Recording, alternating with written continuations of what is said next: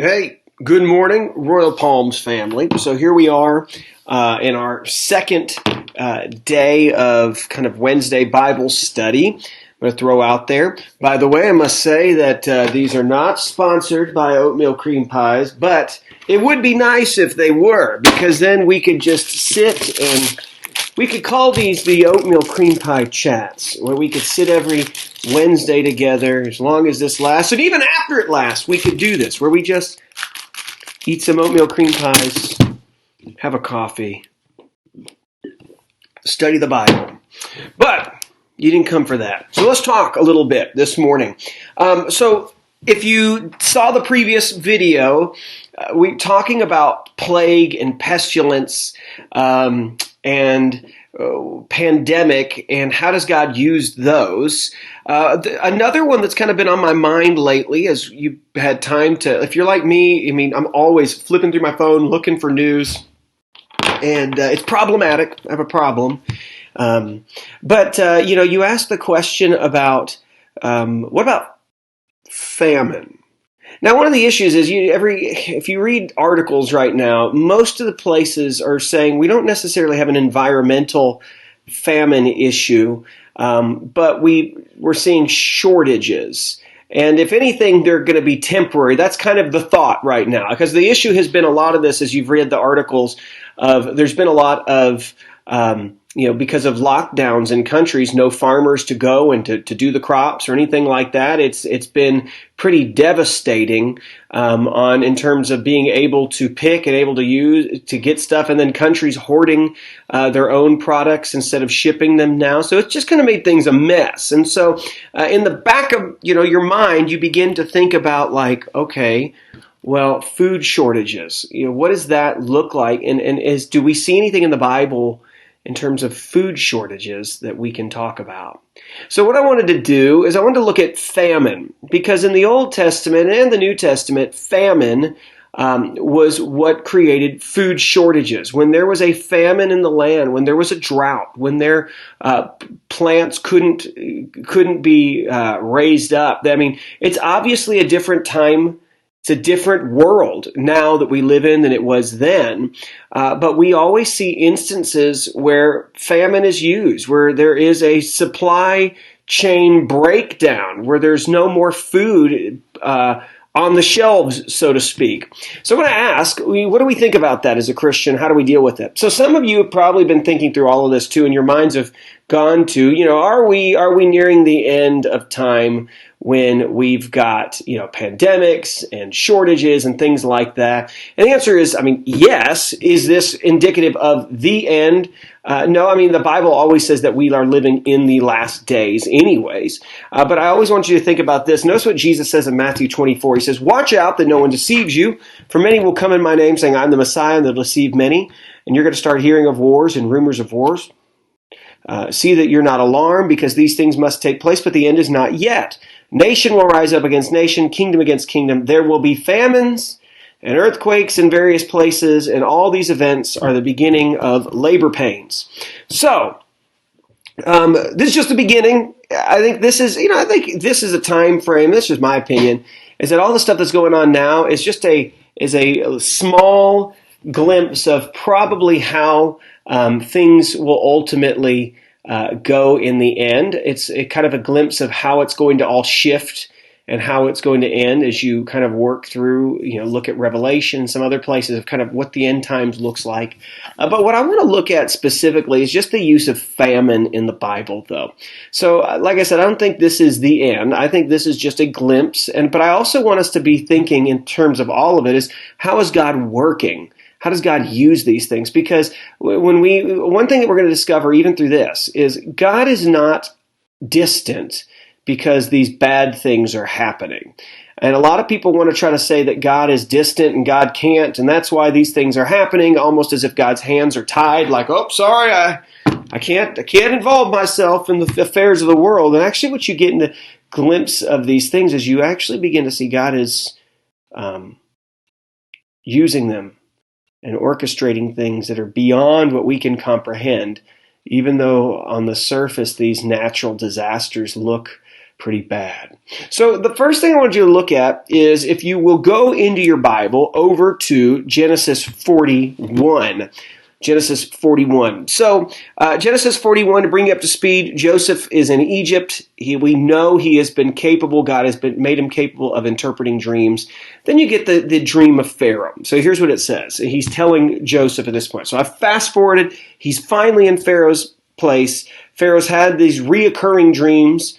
By the way, that's another time. Maybe we should talk about dreams at some point. I don't know. We should. Got time? It says, in my dream, I was standing on the Nile.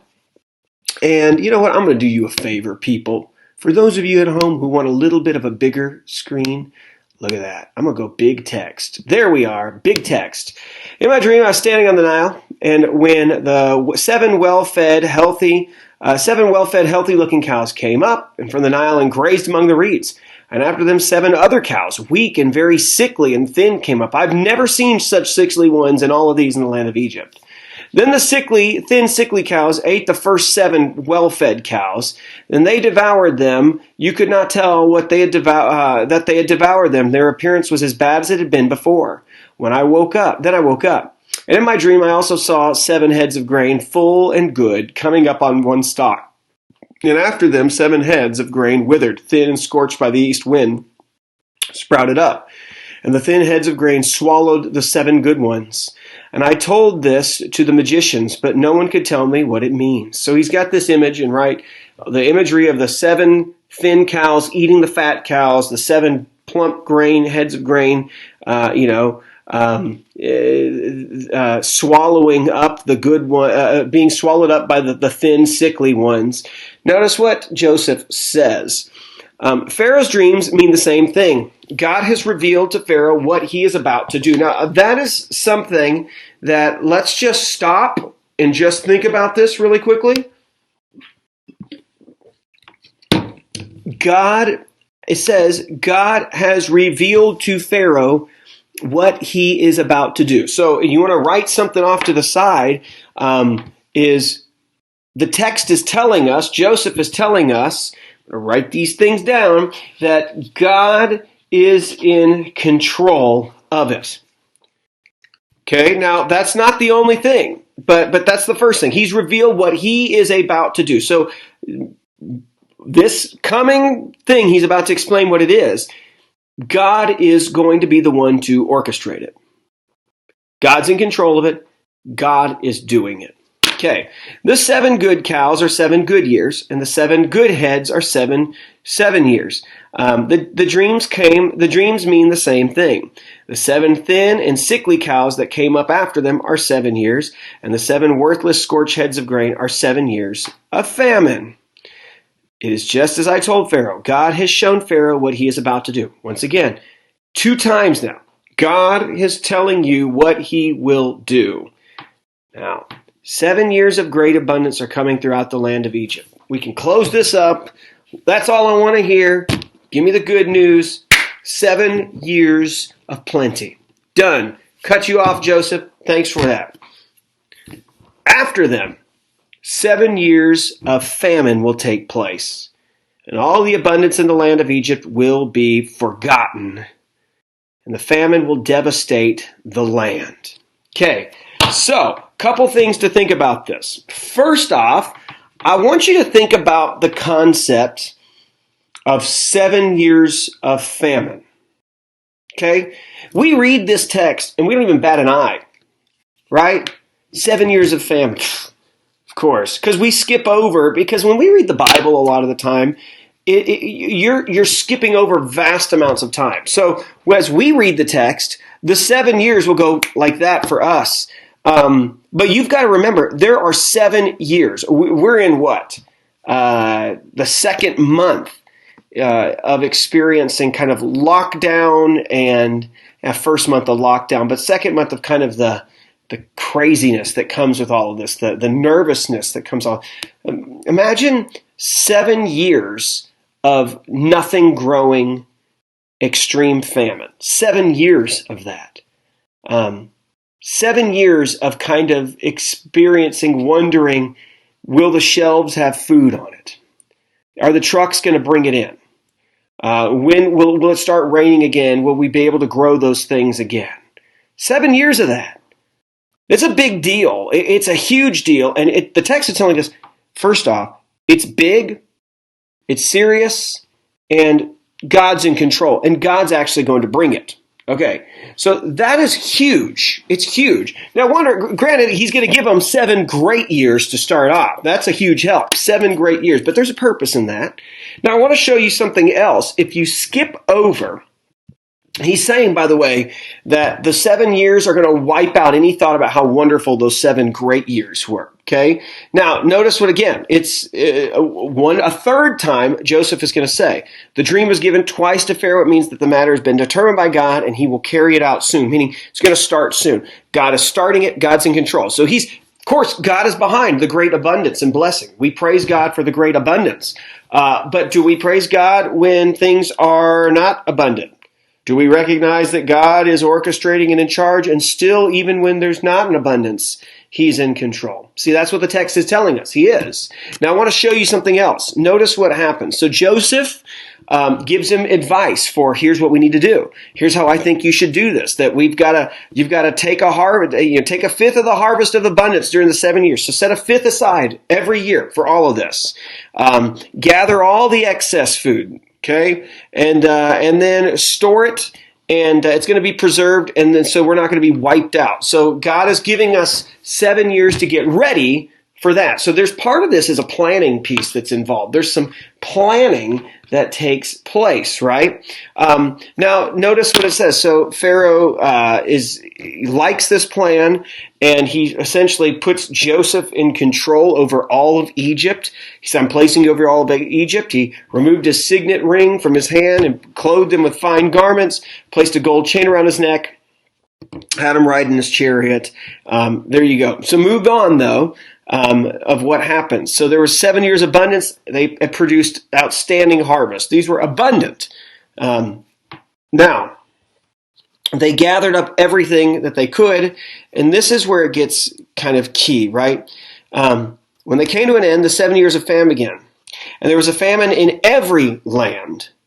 But in the whole land of Egypt, there was food. Now, that's important because the text is telling us that the famine actually appears to be more widespread than just Egypt. In fact, God was using famine outside of Egypt that we find out in the rest of the text. So the extent of this famine is not just Egypt is going to get it, but we know that Israel got it, and we know that other areas were getting it, but Egypt still had food.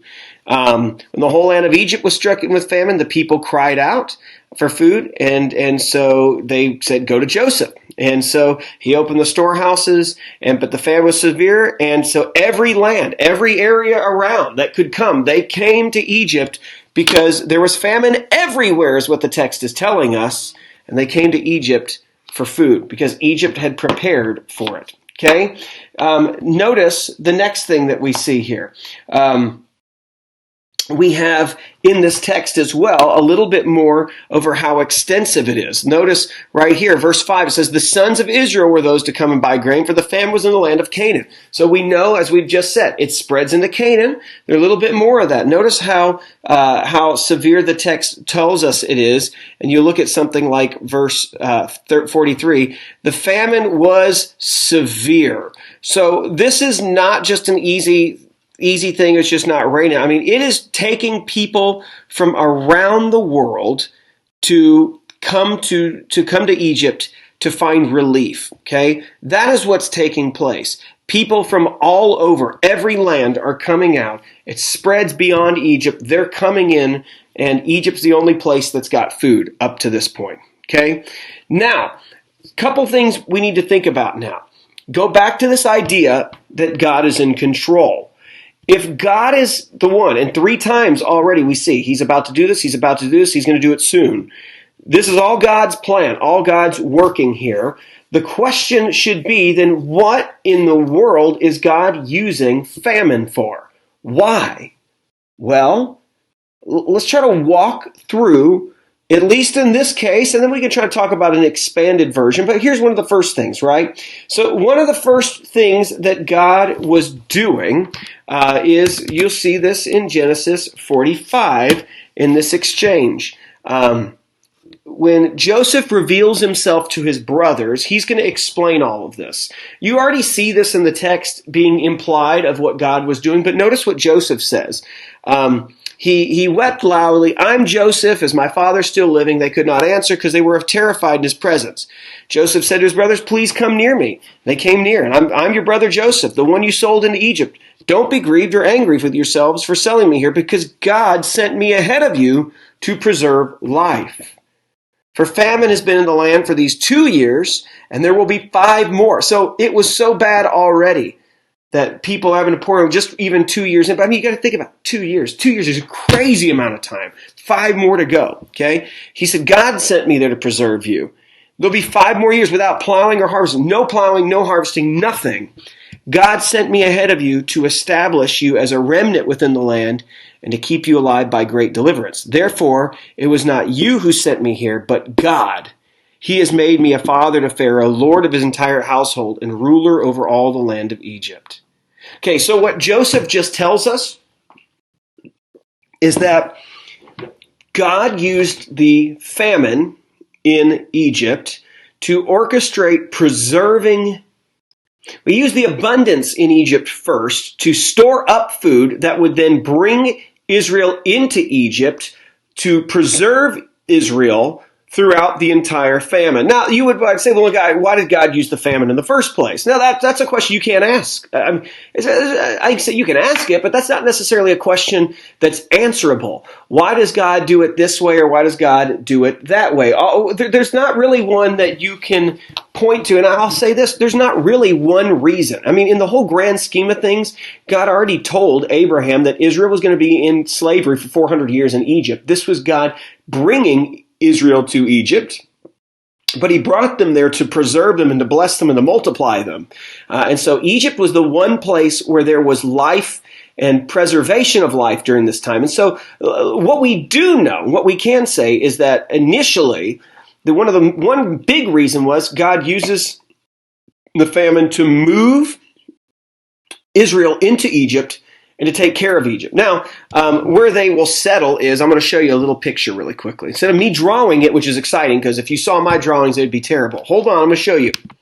All right, I brought up this map to show you where things are, right? So this is a modern day map, a satellite image. So here they are, Israel's here, they travel down into here. Now what's interesting is it probably didn't look this lush during the famine time, okay, obviously. However, when Israel does settle, they do settle right up here, and this is the best of the land. They give them this. So God uses this to ultimately move to really one of the most lush, incredible places. Because if you'll watch, notice this is all this is this is following the Nile River right here. So this is the Nile River. That's where the green is.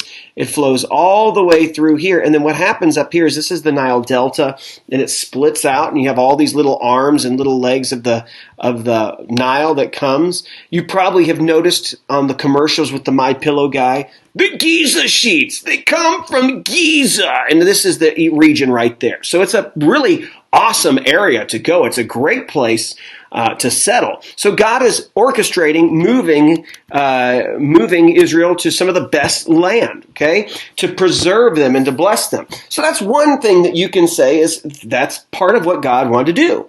So he does it to preserve life. He does it to move Israel. So there's a couple things. He preserves life. He moves Israel for his own purposes of what he wants to do in the future. So that's a piece you're not going to understand. It's something you probably won't figure out, but it's something to know that God moves people. And when he moves people, he has purposes of placing people where he wants to place them. And he will use things like famines to do that. It was through the famine that they were going to seek Egypt. They weren't going to go down to Egypt if there was no famine. God uses natural things to shift people around on the globe and to change dynamics. Another thing that's kind of weird to think about is God uses things like famines to shift things politically.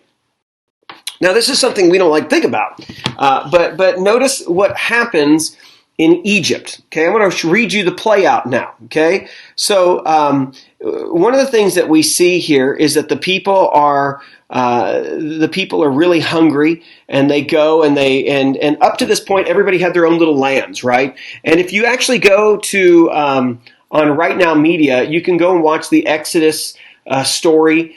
We've got the patterns of evidence story, and they really talk about something that took place in Egypt, which was really crazy, which people all had their lands, and at some point everything shifts to all belonging to Pharaoh. So watch what happens here. This is how life changes. So not only does it change politically, because it's through this that God puts one of his own people in the court of Pharaoh, who's number two. You have a godly individual running Egypt.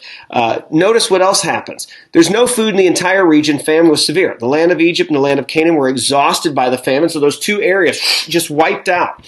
He collected silver to be found in the land, all the silver to be found in the land of Egypt and the land of Canaan in exchange for the grain that they were purchasing, and he brought the silver to Pharaoh's palace. And when the silver from the land of Egypt and the land of Canaan was gone, all the Egyptians came to Joseph and said, "Give us food. Why should we die here in front of you? The silver is gone." And then Joseph said, "Give me your livestock, since the silver is gone, and I'll give you food in exchange for your livestock." So the people can't buy anything anymore, so what does he do? He says, "Give me your cows." So the people are like, "Okay, we'll exchange our cows for food." So they brought their livestock to Joseph, and he gave them food in exchange for the horses and the flocks of sheep and the herds of cattle and the donkeys. And that year, he provided them with food in exchange for all their livestock. So the people of Egypt gave over everything to the government. But they provided, and life was preserved. When that year was over, they came the next year and said, "We can't hide from the Lord that the silver is gone and that our livestock belongs to the Lord. There's nothing left for the Lord except our bodies and our land. Why should we die here in front of you? Both us and our land. Buy us and our land in exchange for food. Then we and our land will become Pharaoh's slaves. Give us seed so we can live and not die, and so the land won't become desolate." In this way, Joseph acquired the land of Egypt for Pharaoh, because every Egyptian sold his field since the famine was so severe for them, and the land became Pharaoh's. And Joseph moved the people to cities from one end of Egypt to the other, and only land he did not acquire belonged to priests, for they had an allowance from Pharaoh, and they ate from their allowance that Pharaoh gave them. Therefore, they did not sell their land. So, let me move on a little bit more. Joseph said, "Understand today that I've acquired you and your land for Pharaoh, and here is seed for you. Sow it in the land. At harvest, you're to give a fifth of it to the Pharaoh. 4/5 of it will be yours as seed for the field and as food for yourselves, whose households in your dependents. You have saved our lives," they said. "We have found favor with our Lord, and we will be Pharaoh's slaves." So Joseph made it a law still in effect today in the land of Egypt that the fifth of the produce belongs to Pharaoh, and only the priest's land does not belong to Pharaoh. So here's what took place. It's really a masterful plan. It was obviously a big government plan, but it's a monarchy anyway, so it's not really a big deal. But the people looking and saying, "We're going to die," they didn't necessarily plan accordingly. They sold everything that they had to Pharaoh to be able to survive. And as a result, they gave everything to Pharaoh. And so now Pharaoh owned them. And I don't know how that plays out later on into, what the slavery was like and all of that. But some point that shifts to, we're not going to be slaves. Israel's going to be our slaves as you get into the book of Exodus. But at this point, everything has been shifted over into Pharaoh's control. So Pharaoh goes from being a monarch who has a lot of people who have land to now Pharaoh's supreme leader in control of everything. Now, once again, we don't really bat an eye at this, because you look and you say, well, you got a godly guy like Joseph doing it, and that's great. But and the other thing is, it's not really that important to us, right? We're like, well, that's Egypt. And they're a bunch of pagans anyways, as you read the Old Testament, so we don't really think about that. But it is interesting to see that God is taking a nation like Egypt, right, and completely transforming its government and changing it and the whole landscape as a result of something like this. It's not to say that God's going to do that every time, but it is to say that sometimes that may be part of what he's doing. Not only is he moving people, in fact, notice he moved people there.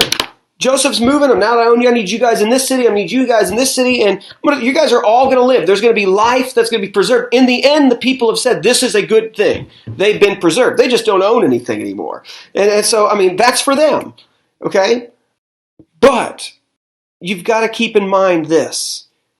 God moves people for his own purposes. You think of it in the grand scheme of things, if God is really in control of all things and all people, God has used an incident like that to shift people into cities that they never thought that they would need to live in. He shifted his people, obviously, to a land that they never thought they'd need to be. God uses things, he uses economics, he uses politics to change the landscape. But it should also give you a comfort in that no matter what takes place, God is the one who is ultimately able to intervene and change everything when he wants to. And God has purposes and all that. Remember what he says, ultimately, is we know for sure about this text, is God did it to preserve his own people through it all. Okay? Now, a couple other things I want to look at as we move out of this passage.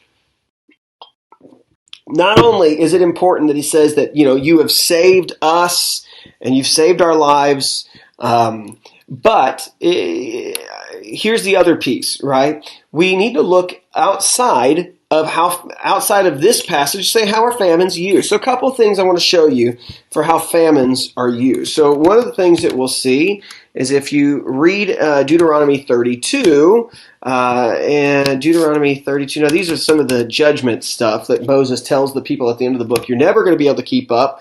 You're never going to actually follow the law, and God's going to judge you as a result. Okay?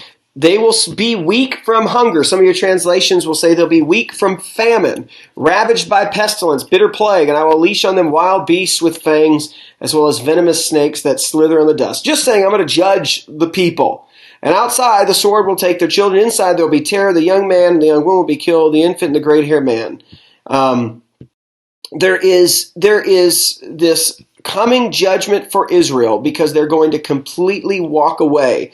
Notice what he says. They sacrifice to demons, and not God, to gods they had not known, new gods that had just arrived, which your fathers did not fear. You ignored the rock who gave you birth and forgot the God who gave birth to you. So as a result, God's going to judge them because they've completely abandoned him. So famines are, and that whole passage is judgment in general is coming.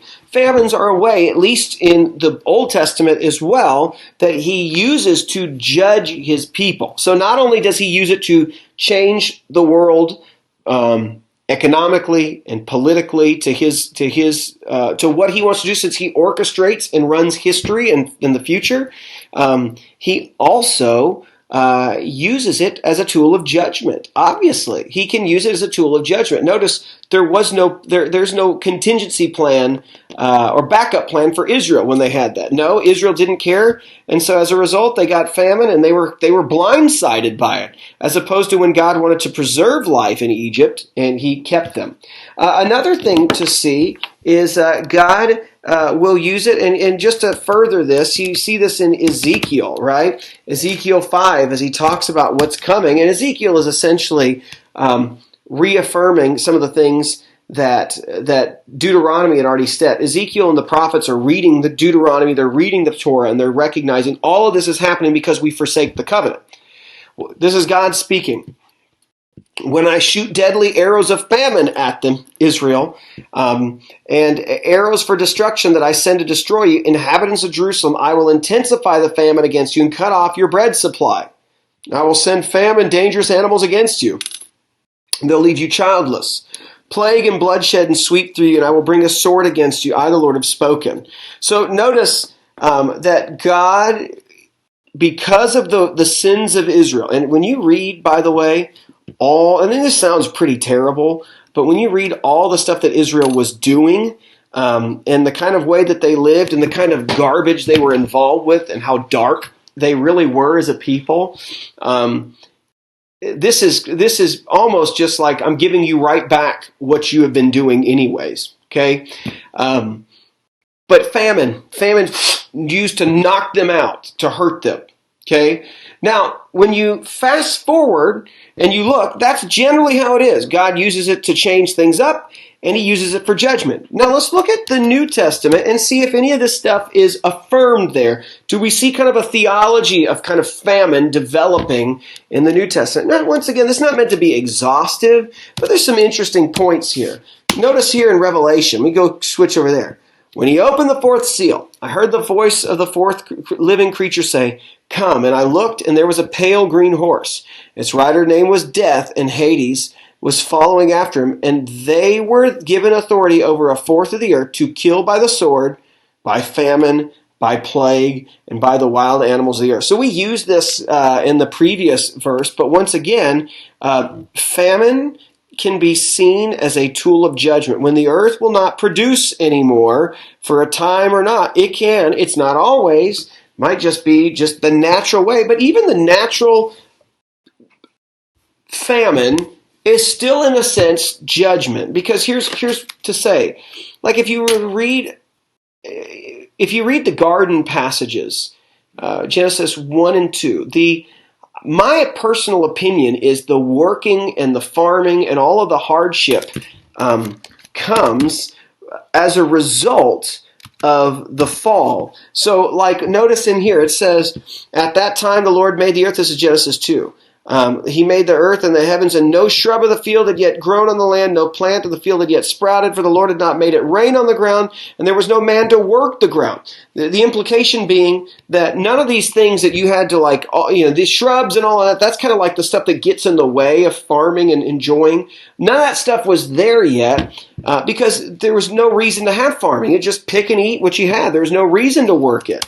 Then you get into 3, right? And notice what he says. When he tells Adam, "The ground is cursed because of you, and you'll eat from it by means of painful labor all the days of your life. It will produce thorns and thistles for you, and you'll eat the plants of the field. You'll eat bread by the sweat of your brow until you return to the ground. Since you were taken from it, you are dust, and you'll return to dust." So, the ground is cursed. The world is cursed. What was promised and what was enjoyed in the garden is no longer enjoyed. The ease, the being able to take. In fact, God had promised Israel that they were going to go into a land and they're going to be given everything. That they were going to go and they were going to be given lots of things. Notice what he says. Verse 7 of chapter 8 of Deuteronomy. "The Lord is bringing you to a good land, a land with streams and springs and deep water sources flowing in both valleys and hills, a land of wheat and barley and vines and figs and pomegranates, a land of olive oil and honey, a land where you will eat food without shortage and you will lack nothing, a land whose rocks are iron and from whose hills you will mine copper. And when you eat and you are full, you will bless the Lord your God for the good land he has given you. But be careful that you don't forget the Lord by failing to keep his commands and statutes that I'm giving you. And when you eat and when you are full and build beautiful houses to live in, and your herds and flocks grow large, and your silver and gold multiply, and everything else increases, be careful that your heart doesn't become proud and forget the Lord your God, who brought you out of the land of Egypt. He led you through the great and terrible wilderness with poisonous snakes." He goes on just to talk about this, but the idea is that if you forget the Lord your God and follow other gods to serve them and bow in worship, I testify against you, you will perish. And like the nations that the Lord's about to destroy before you, you will perish if you not obey the Lord your God. So for Israel, the blessing was that they would enjoy the fruit of the land. It was going to be almost garden-like in the sense that they were going to have such ease and always have a yield. But when Israel goes astray, God says, "We're done. I'm shutting it off. I'm not doing that anymore." In fact, that's kind of how you wonder, how did the people know that God was not accepting their offering? I think part of that is he shut off the skies. He's not raining on anything anymore. He's not bringing any abundance. He's judging them that way. So that's part of it, is that you see that famine, in a sense, all the time is reflective of the curse that was placed on the land. Because of Genesis 3, the world is cursed. Creation groans, as Romans tells us. And that's what we're dealing with here. But it's not indicative that it's a personal judgment against you or against a farmer or anything like that necessarily. Remember, I think we need to keep this in terms of large-scale movements. God is working in the world in large ways, and the interpretation, a personal interpretation of a famine or a personal interpretation of a plague is not necessarily something that you can make. There is no affirmative. Now, God can and God might, as we have said with plagues, as we've said with famines, He can, but that's not a. It's not what we can affirm is He works on the large basis, on the world basis, doing this. We see in Revelation, remember, He gives authority over to do things like this. He can use it as a tool of judgment.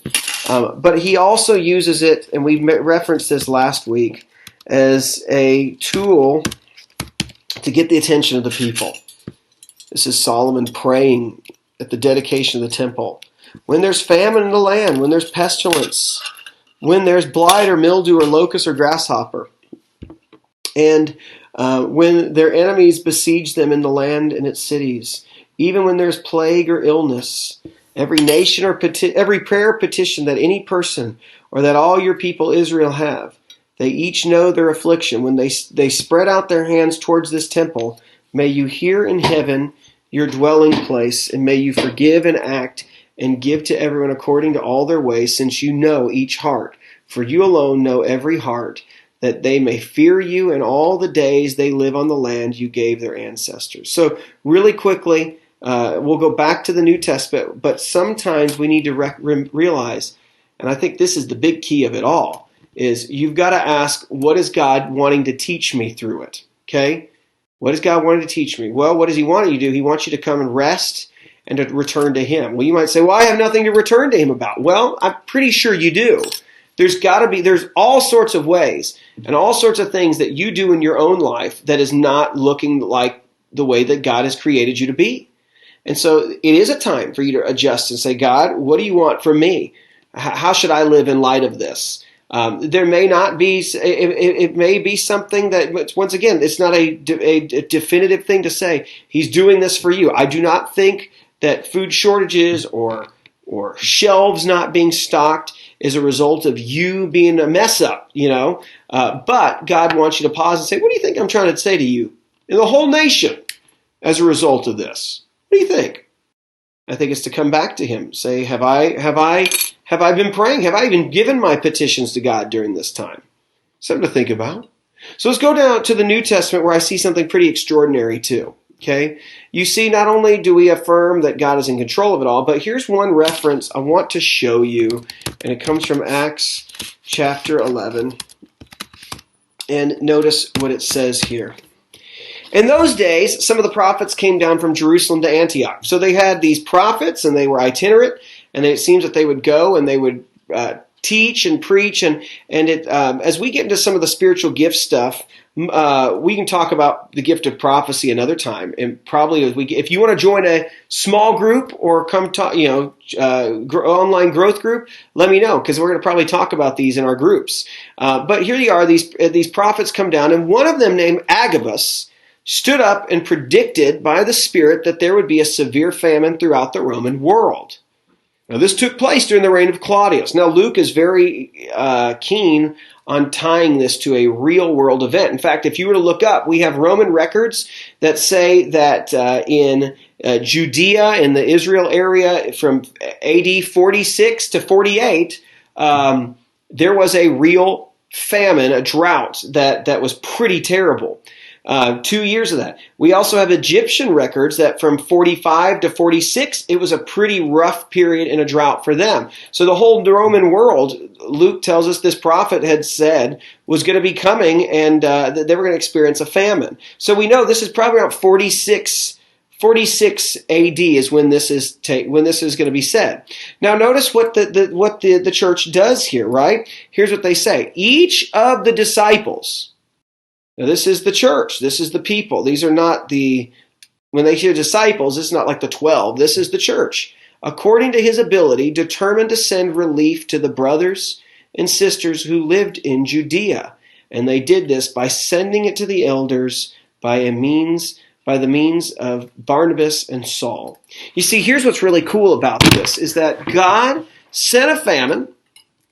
We're not quite sure. I mean, I don't know what took place. I would love to look deeper into what shifted, what was God wanting the people to know at that time? We don't really know. The text doesn't tell us what shifted and took place. Were there political shifts that took place in Jerusalem? Were there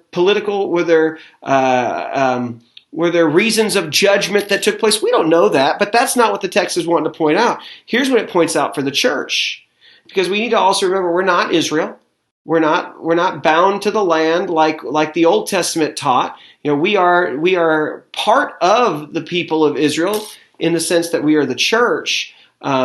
We're spiritual descendants of Abraham. But notice what the church does. They hear about the famine. They know that it's coming. Obviously, the prophet is speaking about how this was going to hit Jerusalem and Judea. And so what do these people in Antioch, these people up in the Turkey area do?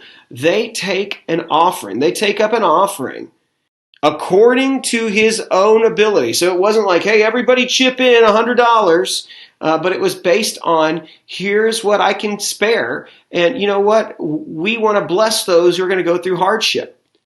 So I think the church responds by saying, we have our own people, our own church people. It was not a relief fund to meet every need. In fact, in a few weeks, we're going to be talking about benevolence as we comes up in 1 Timothy chapter 5. But they see the need of their church, their fellow church members who are in Judea, and they know that this famine is coming, and they take up an offering to try to help out in some small way. And so one thing that you see there is that God is going to use his church to meet the needs and to bless his church in other areas. I think that's one other thing, is that God will use his church as a tool to bless. I want you got to think about how that was used, by the way. When you see people who are having issues, but yet their church is blessing them and taking care of its own, that's a really cool thing to show. It's a really cool witness. But God uses his church to bless others.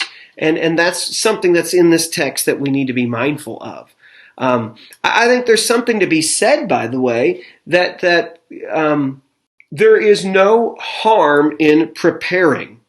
A lot of people kind of might say that there is,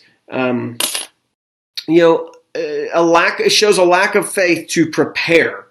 You see this coming. You just got to trust God. You're going to make it out. Well, not necessarily. I think, and that's a whole nother discussion we can have, of to prepare to not to prepare for calamity and crisis, right? There are some who will say, no, it's a show of lack of faith. There are others say, no, it's perfectly reasonable. But one thing to think about here is God had people who were blessed, who were able and capable to rise up to meet the needs of those who were not.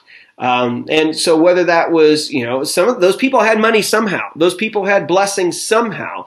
That's not to say that it was overly, that they had somehow prepped. But I do think even the Joseph passage tells us that preparing is not a bad thing. In fact, God will use preparation to bless. And so I think there's a distinction that needs to be made between hoarding and preparing. And as you prepare for something, if you stock up, recognize that God's going to use that to feed you. God's going to use that to take care of you. But at some point also, you as a Christian should probably ask the question of, God, how do you want to use my excess? I've stored up here. How can I use it? God may want to use you to bless your neighbor. God may need you to use that stuff to bless other people in the church who are, were not able to prepare as much. And so, notice in here in this text that the church is not saying, well, those people in Judea should have just prepared. Had Agabus gone there earlier, maybe they would have listened. Who knows? But they don't care. They're there to rise up and to try to meet real needs. And as you see in the text, it's a real big deal when there's a famine that comes. Right now, we're not necessarily seeing craziness, but I do think we should say, out of my abundance, am I willing to bless? And out of my abundance, can I store up to prepare for my family and myself, with the hope of, in my abundance too, I can take care of others and bless others on behalf of Jesus. All right, we're nearing the end here. One other thing I want to just throw out is, it's interesting. There's another reference to famine, and it's Romans 8:35. What can separate us from the love of Christ? Can affliction or distress or persecution or famine or nakedness or danger or sword? As it's written, because of you we are being put to death all day long. We are counted sheep to be slaughtered. No, in all these things we are more than conquerors through him who loved us. I'm persuaded that neither death, nor life, nor angels, nor rulers, nor things present, or things to come, nor powers, nor height, no depth, or any other created thing will be able to separate us from the love of God that is in Christ Jesus our Lord. I think that's something to remember, is that that when we experience hardship, two things to realize: that is not it is not indicative that God doesn't love you anymore. That he's not using things necessarily to just to say, I don't love you and we're over and we're through. That's not it. If you're a believer and you're experiencing hardship, nothing can separate you from the love of Christ. And Paul is making it clear that nothing can take you away from him. And so that's just a reminder that as whatever happens, and the thought of a real famine, the thought of a real shortage of something coming, is obviously it's scary, and it's not something you want to think of. And it does make you want to go and stock up on more toilet paper, and it does want to make you make sure you got enough oatmeal cream pies. And I don't know if these last forever like Little Debbie's, but maybe that could be something I could do. Like I leave this one on my shelf and see like how long until they go bad. Obviously, it says here March 25th. I'm still going to eat it. But obviously those are scary things. But what Romans is reminding us too is nothing can separate us from the love of Christ, which means he still loves you and he's still with you. And that should be a comforting piece, is that God walks with us through it all. He's with us through it all. So I just want to encourage you, no matter what happens this week, no matter what happens this year, whether you see shifts take place and people move and chaos and all that kind of stuff take place, God's in control. And if you belong to him, he's with you and walking with you through it. And nothing can separate you from his love. So be encouraged through it all. Look for ways to bless. And just know that you will not be able to pinpoint one thing in general that God is doing. Very different from the plagues piece. From the plagues piece, it's pretty clear. When that takes place, it's almost always for some sort of purpose of judgment. But when the famine thing takes place, it's not necessarily judgment, though it is in effect judgment on Egypt to have a famine, because the way that they have been and all that to be said. But God has his own purposes. Trust him through it all and know that he's got a lot going on as he runs the universe, but he's got you. He's taking care of you and he loves you. And if you don't know him, my invitation is for you is to learn more about Jesus, to hear this incredible gospel of think about all these terrible things that we have seen, and yet the gospel tells us that Jesus was punished for the sins of all the people. All those terrible things, and God one day will, at the cross, place punishment upon his own son as a result of everything. He punished Jesus in the place of the people. And Jesus died and was crucified, was killed, 3 days later rose again from the grave, ascended to the Father. And what we see here is in the picture of the gospel is that God puts the wrath of and the punishment due everybody upon Jesus in your place. And so, what you can know is that one day you won't have to experience the ultimate wrath of God, not just inconveniences or fear from plague or famine, but the wrath of a holy God who is a judge, a good judge, because Jesus would be punished in your place.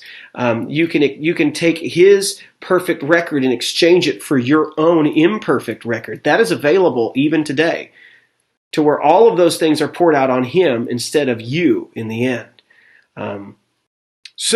That invitation is for the Christian to say, hey, I trust God's got this. For the non-Christian, there's no assurance for you, but there can be if you become one of his children and accept Jesus today. All right, guys, that's all I've got for now. It's long video, but we'll keep them coming. Next Wednesday, we'll upload another one. We'll do some more weird topics, some fun stuff coming at you later. God bless you. Talk to you later.